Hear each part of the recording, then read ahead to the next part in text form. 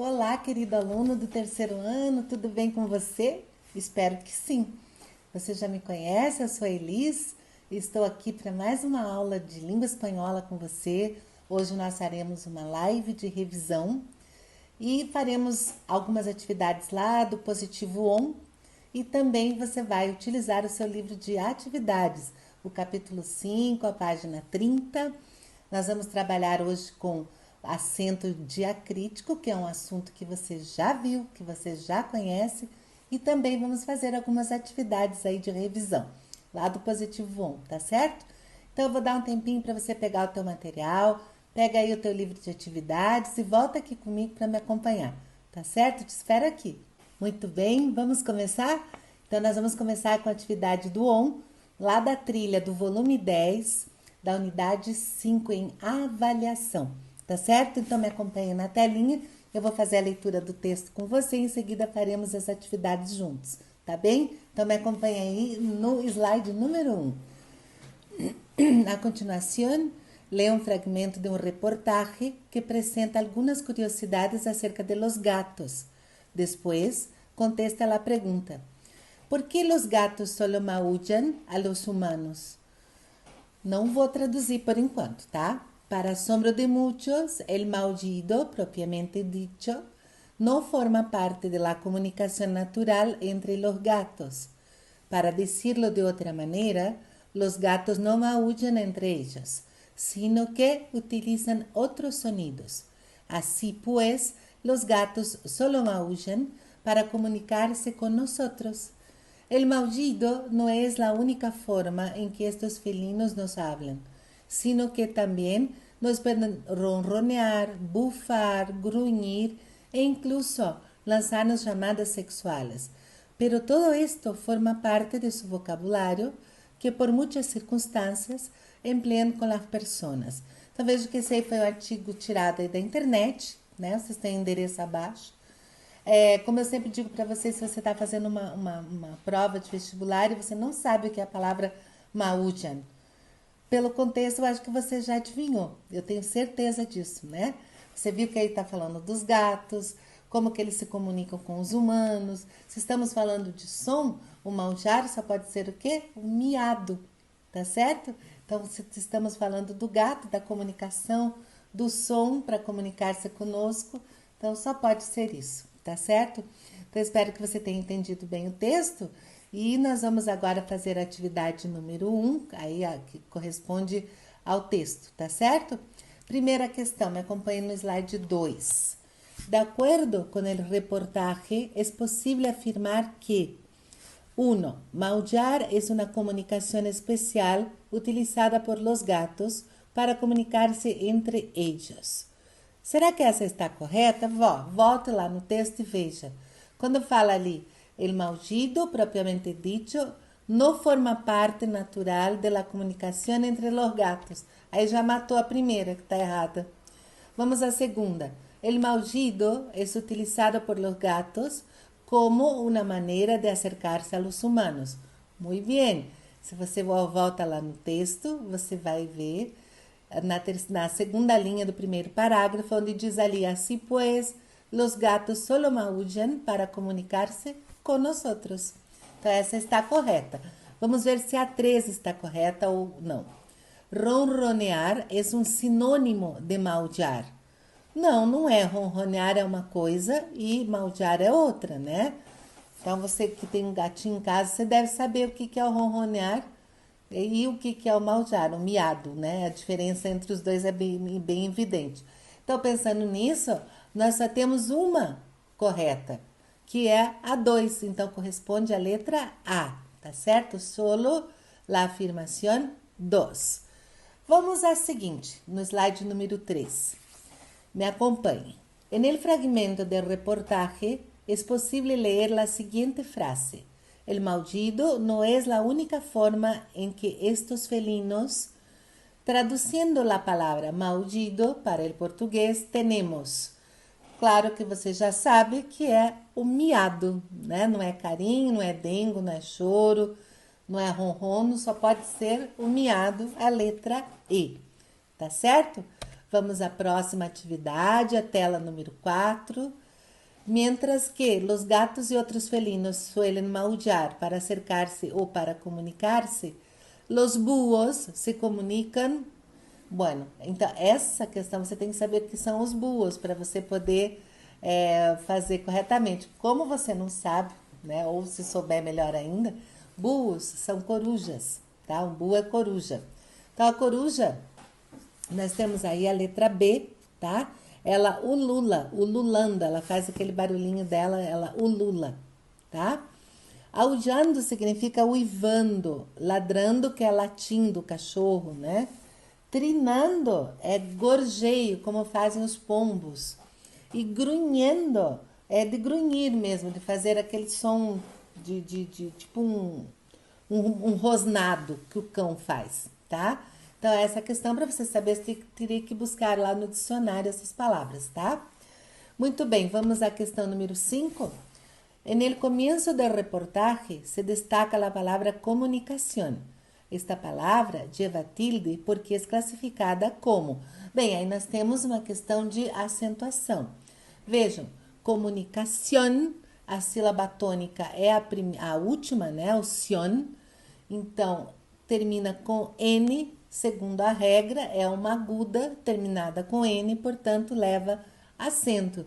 Então, a alternativa que corresponde é a letra C, tá certo? Muito bem. Então, agora, eu vou deixar para você fazer a atividade número 3 da página 30. Agora, você vai pegar o teu livro de atividades, tá? Nós vamos sair aqui do ON. E você vai abrir lá na página 30 e fazer a atividade número 3 e número 4. O que nós vamos trabalhar com essa atividade? Um assunto que você já viu, que é o acento diacrítico. O que é o acento diacrítico? Esse acento é para diferenciar as palavras que têm a mesma escrita, né? Principalmente os monossílabos, tá? Por exemplo, o T e o T. O T sem acento é um pronome e o T com acento significa chá. Então, esse acento usado no T se chama diacrítico. Ele serve para diferenciar as palavras que são escritas da mesma maneira, tá certo? Então, vai lá, dá uma revisada nesse tema no teu livro didático, o que é o acento diacrítico. Vai lá no livro de atividades, na página 30, faz a atividade 3 e 4, dá uma pausa no vídeo e depois volta aqui comigo, tá certo? Eu te espero aqui. E então, conseguiu fazer? Então, me acompanhe aqui no slide número 7. Vamos fazer a correção da atividade do livro de atividades da página 30, atividade 3, ok? Vamos lá? De acuerdo a las opciones de acentuación diacrítica, elige entre las alternativas que presenta el siguiente texto. Científicos demuestran que ver videos de gatos reduce el estrés. Então, vejam lá, em 2014 se subiram 2 milhões de vídeos de gatos a YouTube, que foram vistos por 26 milhões de vezes. Se a cifra é correta. Então, vejam que no primeiro espaço eu tenho aí o C sem acento, que corresponde a um pronome. Por que eu não posso usar o C com acento? Porque ele tem a ver com o verbo saber, né? O ser pode ser o presente do verbo saber, mas também pode ser o imperativo do verbo ser, tá bom? Por isso que eu não posso usar ele ali. No segundo espaço, eu coloquei o si com acento. Por quê? Porque esse si com acento corresponde a um advérbio de afirmação. Quando eu digo sim, a cifra é correta, o número é correto. E o si sem acento, ele pode ser uma conjunção ou o nome da nota musical si, tá certo? Então, este si é o advérbio de afirmação. Si la cifra es correcta. Seguindo então, por não hablar de 2 milhões de GIFs, memes, fotografias e páginas web que existem inspiradas em los gatos como el famoso bub. Então, veja, esse ele sem acento corresponde ao artigo masculino, ele famoso, que acompanha o substantivo. E o ele com acento, ele corresponde ao pronome pessoal ele. Então, não dá para pôr o ele com acento, tá bom? Bom, seguindo. ¿Qué tienen los gatos de especial que nos fascinan de esta manera? Son bonitos, cierto, pero otros animales también lo son y no reciben tanta atención. La profesora Jessica Galmiric de la Indiana University Media School cree haber encontrado la respuesta. Ha realizado un estudio con 7,000 personas que ven videos de gatos en internet y ha comprobado que ver videos de gatos reduce el estrés, recarga las pilas y aumenta los niveles de felicidad. Algo similar ocorre com as fotos. Então veja que de novo ele que vai aí é o ele artigo masculino. Ele estresse, que acompanha aí o substantivo estresse, ok? Ele estresse. Então é sem acento, porque o outro ele é com acento, pronome pessoal ele. Seguindo. Quizá pueda parecer frívolo que una investigadora se dedique a estudiar los videos de gatos, pero como la propia doctora Jessica Galmiric razona, si queremos entender mejor los efectos de Internet sobre las personas, tanto como individuos como sociedad, los investigadores no pueden seguir ignorando los videos de gatos. Então vejam lá no espaço, nós colocamos o C sem acento, esse C é o que? É o pronome, que acompanha ali ao verbo dedique, né? Se dedique, e vai sem acento, porque o C com acento, ou ele é imperativo do seja, ou ele é presente do verbo saber, certo? Então, nesse caso, é o C sem acento. No segundo espaço, nós colocamos ali o si sem acento, né? Porque ele tem o valor de uma conjunção, tá? Seguindo, otros psicólogos han valorado positivamente el estudio, aunque mencionan que la mayoría de las personas que han participado en él lo han hecho porque les gustan los animales. Por tanto, no se trata de uma muestra al azar. Então, veja, o primeiro espaço temos aí o ele com valor de pronome, tá? Pronome não, de artigo masculino, tá? El estudio. O segundo ele com acento é o ele de pronome ele, tá? E o último espaço é o se pronome, ok? Seguindo, pero el estudio abre las puertas a la creación de terapias contra la depresión y el estrés que podrían llevarse a cabo en casa a través de internet, facilitando mucho el tratamiento de pacientes que sufren estas dolencias. Então, este primeiro ele é sem acento, que é o ele artículo, tá? El estudio. O segundo ele também, que acompanha el estresse, é um artigo. E o terceiro, o ele também é um artigo que acompanha aí o tratamento, ele tratamento, tá certo? Eu espero que vocês tenham acertado, tá? Então vamos à próxima atividade, no slide número 8, atividade número 4. De acuerdo al uso de la tilde diacrítica, presta atención al sentido de la frase y después coloca los acentos en caso que corresponda. Bora lá. Já te lo dije, el té negro não me gusta. Então, veja, o primeiro T é um pronome, então não vai acento. Já te lo dije, eu já disse para você. Esse T corresponde a tu, tá? El té negro não me gusta. O chá preto eu não gosto.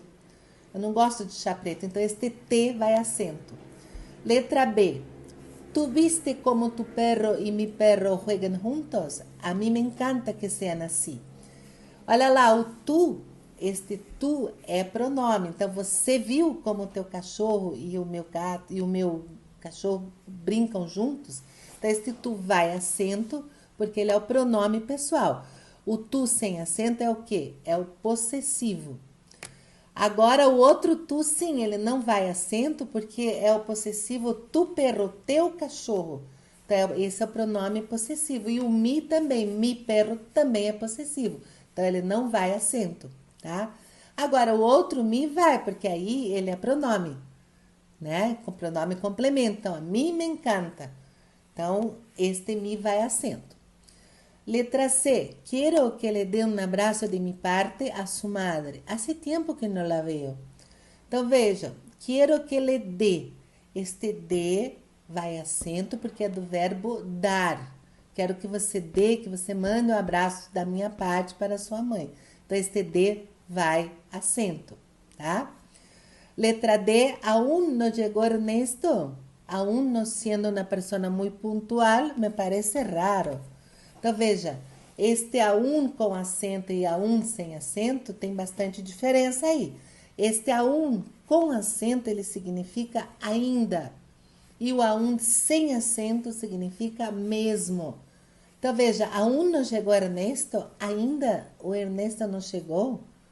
Mesmo não sendo uma pessoa muito pontual, ele me parece estranho. Não me parece estranho que ele não tenha chegado, né? Então vocês viram que o acento diacrítico é um tema bastante importante. Se você não souber o que significa uma palavrinha que não tem um acento, isso pode dar uma confusão imensa no momento que você vai fazer a interpretação de um texto, principalmente você é que vai fazer Enem, vai fazer vestibular. Olha, se você não souber fazer essa distinção, né, do acento diacrítico, tá ralado. Porque daí muda a tradução, muda o sujeito e a frase fica sem sentido. Então, por isso que é super, mas muito importante que você faça uma leitura mais atenta sobre os acentos diacríticos e também pratique bastante. Faça bastante atividades para você saber o que é o que, né? Vai lá no material didático, volta neste tema, estuda, porque é um tema bem importante. Isso pode provocar um desastre na prova, né? O espanhol parece fácil, mas ele tem esses pequenos detalhes aí que pode, ó, quebrar as pernas da gente, tá bom? Então, meus queridos, por hoje é isso. Eu desejo para você bons estudos, bom trabalho e até a nossa próxima aula do SP com você.